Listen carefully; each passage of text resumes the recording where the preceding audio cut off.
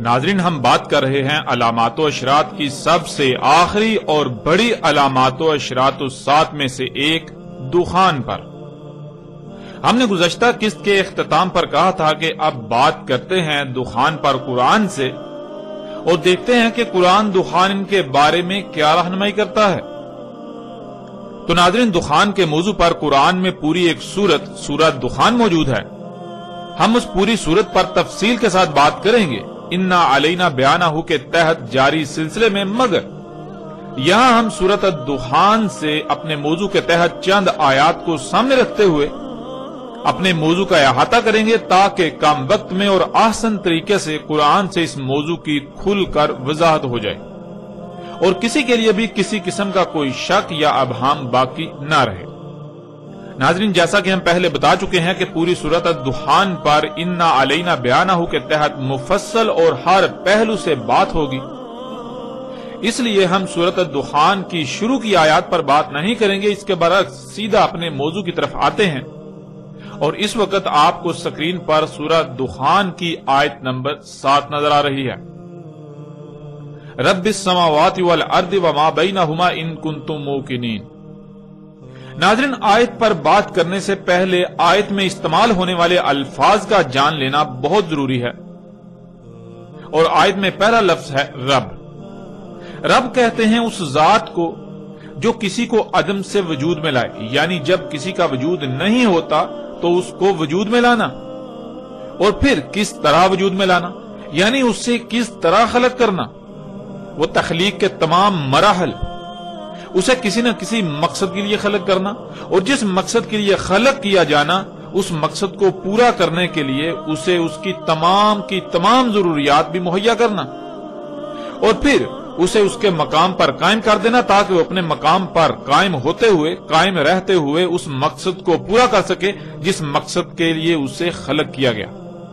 اگر وہ مخلوق اس مقصد کو پورا کرتی ہے تو اسے احسن بدلہ دینا، اور اگر وہ اس مقصد کو پورا نہیں کرتی، کمی یا کجی کرتی ہے، کوتاہی یا سستی برتتی ہے، تو اس سے حساب لینا، اس سے پوچھ گچھ کرنا اور اسے اس کی سزا دینا۔ ناظرین، یہ لفظ رب کے بہت ہی مختصر اور جامع ترین معنی ہے۔ اس آیت میں اللہ سبحانہ و تعالی نے کہا کہ رب السماوات والارض وما بینہما۔ لفظ رب کو ہم واضح کر چکے، اب آ جاتا ہے لفظ سماوات۔ السماوات جمع کا صیغہ ہے اور اس کا واحد السما ہے۔ السما عربی میں فضا یعنی خلا کو کہتے ہیں، یعنی جیسے آپ جس فضا میں موجود ہیں، جس میں آپ سانس لیتے ہیں، یہ فضا عربی میں السما کہلاتی ہے، اور السماوات اس کی جمع ہے۔ لفظ سماوات کے نیچے زیر کا آنا اس بات کو یقینی بناتا ہے، نہ صرف یقینی بناتا ہے بلکہ تحقیقاً یہ بات کرتا ہے کہ یہ سماوات وہ سماوات ہیں جن کا تمہارے ساتھ تعلق ہے، جو تمہارے قریب تر، یا یوں کہہ لیں کہ جو زمین کے سماوات ہیں، یعنی زمین کے گرد جو فضا ہے، جو خلا ہے، یہ ایک نہیں بلکہ 7 مختلف طے در طے پرتوں پر مشتمل ہے، یعنی ایک نہیں بلکہ 7 آسمان ہیں، ایک سے زائد آسمان ہیں۔ اس طرح اگلا لفظ ارض، جو کہ اسی سیارے کا ذکر کیا جا رہا ہے جس پر آپ موجود ہیں، اسے زمین بھی کہا جاتا ہے۔ آگے آ جاتا ہے وما بینہما، جس کے معنی ہے جو کچھ بھی ان دونوں میں ہے، یعنی جو کچھ بھی آسمانوں اور زمین کے درمیان ہے، جو کچھ بھی ان کے درمیان ہے، ان میں ہے۔ اب آتے ہیں ناظرین اس آیت کی طرف، اور آپ سکرین پر دیکھ سکتے ہیں کہ آیت میں بالکل صراحت کے ساتھ یہ کہا جا رہا ہے کہ رب السماوات والارض وما بینہما۔ رب السماوات، رب سماوات کا اور زمین کا، اور جو کچھ بھی السماوات اور زمین کے درمیان ہے، ان دونوں میں ہے، یعنی جب ان سب کا وجود نہیں تھا تو ان کو عدم سے وجود میں لانے والا، انہیں عدم سے وجود میں لایا گیا، انہیں خلق کیا گیا۔ تو غور کرو کہ انہیں کیسے خلق کیا گیا۔ تو ناظرین، کیا قرآن اس سوال کا جواب نہیں دیتا انہیں کیسے خلق کیا گیا؟ ہم پچھلی قسط میں تفصیل کے ساتھ یہ واضح کر چکے کہ زمین و آسمانوں اور جو کچھ بھی ان میں ہے انہیں کیسے اور کس سے خلق کیا گیا۔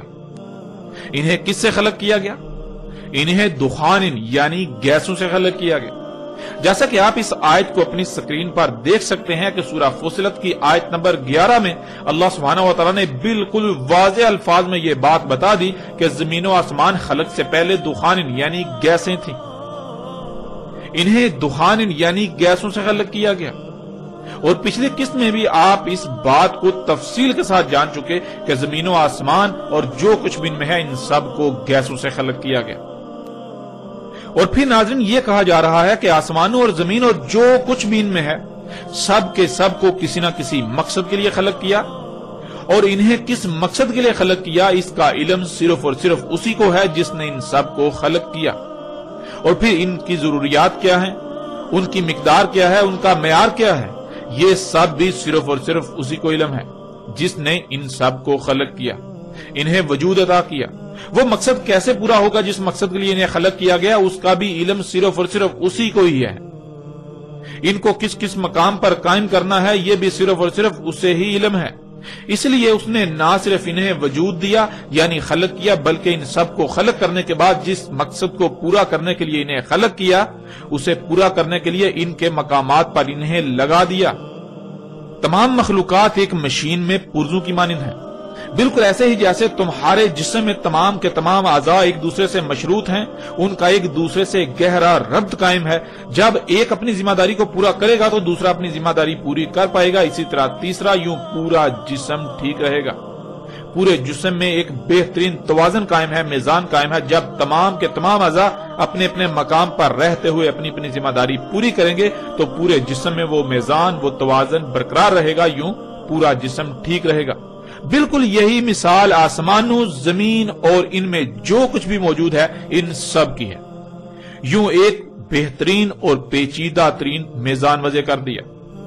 وہ میزان تب تک برقرار رہے گا جب تک یہ تمام کی تمام مخلوقات یعنی آسمان اور زمین اور جو کچھ بھی ان میں ہے یہ سب کا سب اپنے اپنے مقام پر رہتے ہوئے اپنی اپنی ذمہ داری پوری کرے گا۔ ورنہ اگر کسی ایک نے بھی اس ذمہ داری کو ترک کر دیا، سستی کی یا لاپرواہی کی، یا کسی ایک نے بھی رائے برابر تبدیلی کی، یا کسی ایک کو بھی اس کے مقام سے ہٹا دیا گیا، اس کے مقام میں تبدیلی کی گئی، اس میں کوئی بدلاؤ کیا گیا تو میزان برقرار نہیں رہے گا، میزان میں خسارہ ہوگا اور نتیجتاً سب کچھ درہم برہم ہو جائے گا۔ اور پھر ایسا نہیں ہے کہ وہ ذات جس نے وجود دیا وہ پوچھ گچھ نہ کرے یا پھر وہ سزا نہ دے، بلکہ وہ ذات جس نے انہیں وجود دیا وہ انتہائی سخت پکڑ بھی پکڑنے والی ہے، وہ سخت ترین پکڑ بھی کرتی ہے، وہ حساب لیتی ہے، وہ پوچھ گچھ بھی کرتی ہے۔ اب ناظرین سوال یہ پیدا ہوتا ہے کہ یہ سب کن کو کہا جا رہا ہے؟ آپ سب یہ جانتے ہیں کہ قرآن اللہ کا کلام ہے، یعنی اس قرآن میں جو کچھ بھی آیات کی صورت میں مذکور ہے یہ اللہ کی اول تا آخر ہر لمحہ تمام کے تمام انسانوں سے کی گئی گفتگو ہے جو کہ آیات کی صورت میں اس قرآن میں موجود ہے۔ یہ قرآن اللہ کا کلام ہے، یعنی پیچھے آسمانوں اور زمینوں اور جو کچھ بھی ان میں ہے ان کے بارے میں جو کہا گیا، جو بتایا گیا، یہ اللہ کا انسانوں سے کلام ہے۔ انسانوں سے اللہ یہ کہہ رہا ہے، اور کیوں کہہ رہا ہے؟ اس لیے کہہ رہا ہے کہ تم ایسا مت کرنا، تم اس بات کا خیال رکھنا کہیں بھی کوئی چھیڑ چھاڑ نہ کرنا، کیونکہ سب کچھ تم پر واضح کر دیا گیا۔ تم ان میں چھیڑ چھاڑ نہ کرنا، تم ان میں پنگے نہ لینا، ان کو ان کے مقامات سے نہ ہٹانا، ورنہ کیا ہوگا؟ ورنہ سب کچھ درہم برہم ہو جائے گا۔ اگر تم اس کا یقین کرنے والے ہو جو کچھ کہا گیا آسمانوں اور زمین اور جو کچھ بھی ان میں ہے ان سب کے بارے میں، تو تم ایسا مت کرنا۔ اور اسی کا اللہ سبحانہ و تعالیٰ نے آیت کے اگلے حصے میں بھی ذکر کر دیا، ان کنتم موقنین، اگر تھے تم اس بات کا یقین کرنے والے جو کچھ کہا گیا آسمانوں، زمین اور جو کچھ بھی ان کے درمیان ہے ان سب کے بارے میں۔ اب ناظرین ذرا غور کریں، جب اللہ سبحانہ و تعالیٰ نے آسمانوں، زمین اور جو کچھ بھی ان میں ہے ان سب کے بارے میں سب کچھ واضح کر دیا، ان سب کو گیسوں سے خلق کیا گیا۔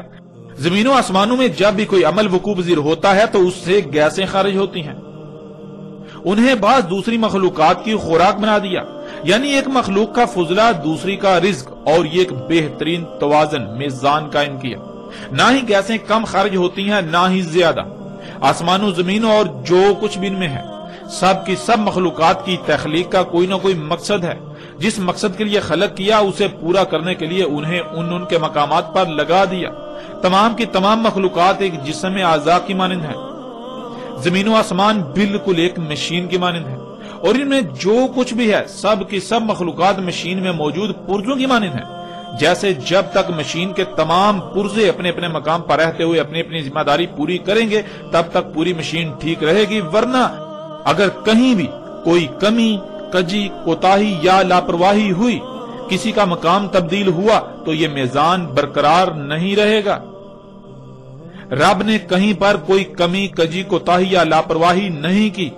اس نے سب کچھ پرفیکٹ خلق کیا، کامل خلق کیا۔ ان میں کسی بھی قسم کی کوئی تبدیلی نہیں کی جا سکتی۔ اللہ کی خلق تبدیلی کے متحمل ہے ہی نہیں، اور اگر تبدیلی کی جائے گی تو کیا نتائج نکلیں گے؟ کیا ناظرین یہ سب کچھ واضح نہیں ہو چکا؟ ناظرین یہ سب کچھ محض ایک لفظ رب کا استعمال ہی واضح کر دیتا ہے، اور یہ سب واضح ہو چکا، اس سمیت باقی وہ سب بھی واضح ہو چکا جو کچھ بھی آسمانوں زمین اور جو کچھ بھی ان میں ہے ان کی تخلیق سے تعلق رکھتا ہے۔ ان کے بارے میں جتنے بھی حقائق ہیں وہ سب بھی بالکل واضح ہو چکا۔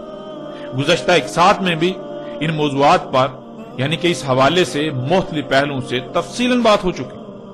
تو ناظرین یہ سب کچھ واضح کیے جانے کے بعد اللہ نے یہی کہا تھا کہ اگر تم اس بات کا یقین رکھنے والے ہوئے تو تم ان میں پنگے نہیں لو، یوں سب کچھ محفوظ رہے گا۔ اور اگر تمہیں ہماری اس بات کا یقین نہ ہو، تم نے سمجھا کہ ایسا کچھ بھی نہیں، چھیڑ چھاڑ کرنے سے، ان میں پنگے لینے سے، ان میں تبدیلیاں کرنے سے کچھ بھی نہیں ہوتا۔ فطرت میں تبدیلیاں کرنے سے، فطرت کو بدلنے سے، اس میں چھیڑ چھاڑ کرنے سے کچھ بھی نہیں ہوگا۔ تو پھر یہ بات جان لو کہ جو اللہ سبحانہ و تعالیٰ نے اگلی آیت میں کہہ دی۔ اللہ سبحانہ و تعالیٰ اس میں کہتے ہیں لا الہ الا ہوا یحیی و یمیت ربکم و رب آبائکم الاولین۔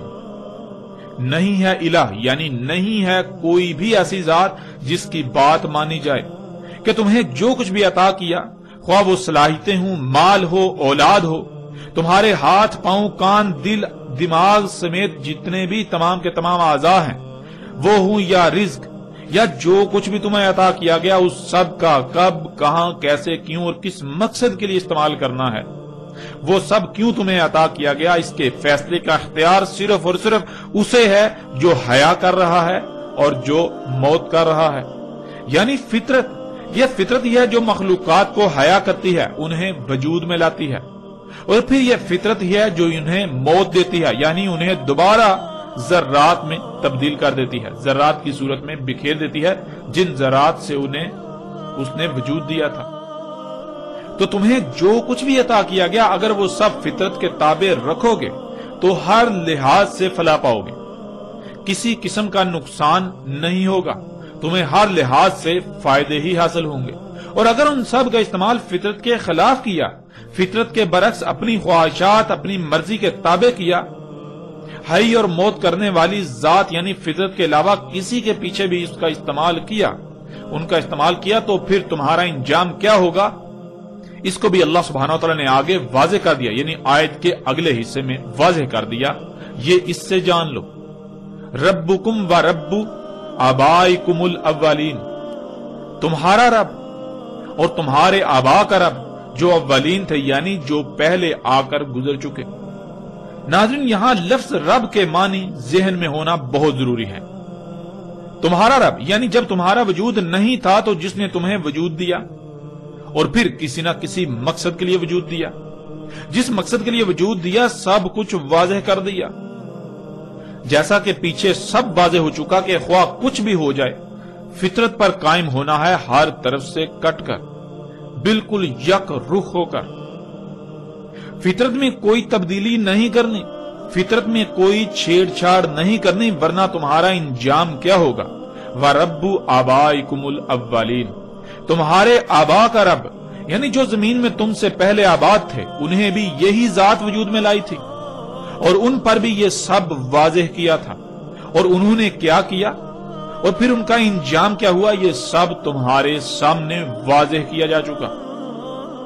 ناظرین، کون ہیں آبائکم الاولین؟ ذرا غور کریں، وہ کون لوگ ہیں جو موجودہ قوم سے پہلے زمین پر آباد تھے، جو اس قرآن کے نزول سے پہلے دنیا پر آباد تھے، دنیا سے ہو کر گزر چکے۔ جب آپ غور کریں گے تو آپ کے سامنے دو طرح کے لوگ آئیں گے، آپ کو دو طرح کے لوگ نظر آئیں گے۔ ایک وہ جنہیں قرآن رسول، نبیین، صدیقین، شہداء اور صالحین قرار دیتا ہے، اللہ کے بھیجے گئے رسول اور ان کے ساتھ دینے والے، ان کی اطاعت کرنے والے۔ اور دوسرے وہ جنہیں قرآن مفسدین قرار دیتا ہے، جو ذلت امیز ہلاکتوں کا شکار ہوئے، قوم نوح، قوم عاد، قوم سمود، قوم لوط، قوم شعیب اور آل فرعون وغیرہ۔ یہی ناظرین اللہ سبحانہ و تعالی یہاں کہہ رہا ہے کہ اب فیصلہ تمہارے اپنے ہاتھ میں ہے کہ جو کچھ تمہیں آسمانوں، زمین اور جو کچھ بھی ان میں ہے ان کے بارے میں بتایا گیا، اس پر یقین کرتے ہوئے کسی قسم کی کوئی چھیڑ چھاڑ نہیں کرتے، کوئی تبدیلی نہیں کرتے، ان میں پنگے نہیں لیتے اور ہر طرف سے کٹ کر فطرت پر قائم ہوتے ہوئے اور رسولوں اور ان کے ساتھیوں، نبیین، صدیقین، شہداء اور صالحین میں شامل ہوتے ہو، یا پھر تم بھی حق ہر لحاظ سے کھل جانے کے بعد یقین کرنے کے بجائے یہی کہتے ہو کہ نہیں، زمین و آسمانوں میں پنگے لینے سے کچھ نہیں ہوگا، ان میں تبدیلیاں کرنے سے کچھ نہیں ہوگا، ایسا کچھ نہیں، جو جی میں آئے کرو، جو جی چاہے کرو، اللہ کی آیات میں جو کہ اللہ کی مخلوقات ہیں ان میں چھیڑ چھاڑ کرو، ان کو ان کے مقامات سے ہٹاؤ، ان کو جیسے جی چاہے استعمال کرو، خود خالق بن بیٹھو۔ اس نے ہماری ضروریات کیا تھیں وہ خلق کی ہی نہیں، اگر کی تو اسے علم ہی نہ تھا کہ کیسی خلق ہونی چاہیے تھی، کیسی خلق کی جانی چاہیے تھی، اس نے فرض کر دیا، اس نے نامکمل خلق کی، وہ بھول گیا تھا، اس لیے خود سے اپنی تیز ترین ضروریات خلق کرو اور پھر یوں زمین و آسمانوں میں پنگے لیتے رہو، کچھ بھی نہیں ہونے والا، ان میں کوئی خرابی نہیں ہونے والی، اور یوں کہتے ہوئے پھر یہی کرو گے۔ اگر ایسا کرتے ہو تو پھر تم اپنے آبا، کون ہے تمہارے آبا؟ تمہارے آبا ہیں قوم نوح، قوم عاد، قوم سمود، قوم شعیب، قوم لوط اور آل فرعون، ان کا انجام بھی ذہن نشین کر لو۔ جس طرح وہ عبرت کا نشان بنا دیے گئے، بالکل عین اسی طرح تم بھی تمہارے آبا کی طرح عبرت کا نشان بنا دیے جاؤ گے۔ جیسے انہوں نے آسمانوں، زمین اور جو کچھ بھی ان میں ہے، ان میں تبدیلیاں کی جس سے زمین و آسمانوں میں فساد ہوا اور بالآخر بڑی بڑی تباہیوں کی صورت میں ظاہر ہوا اور وہ ہلاک ہوئے، بالکل وہی تمہارے ساتھ بھی ہوگا۔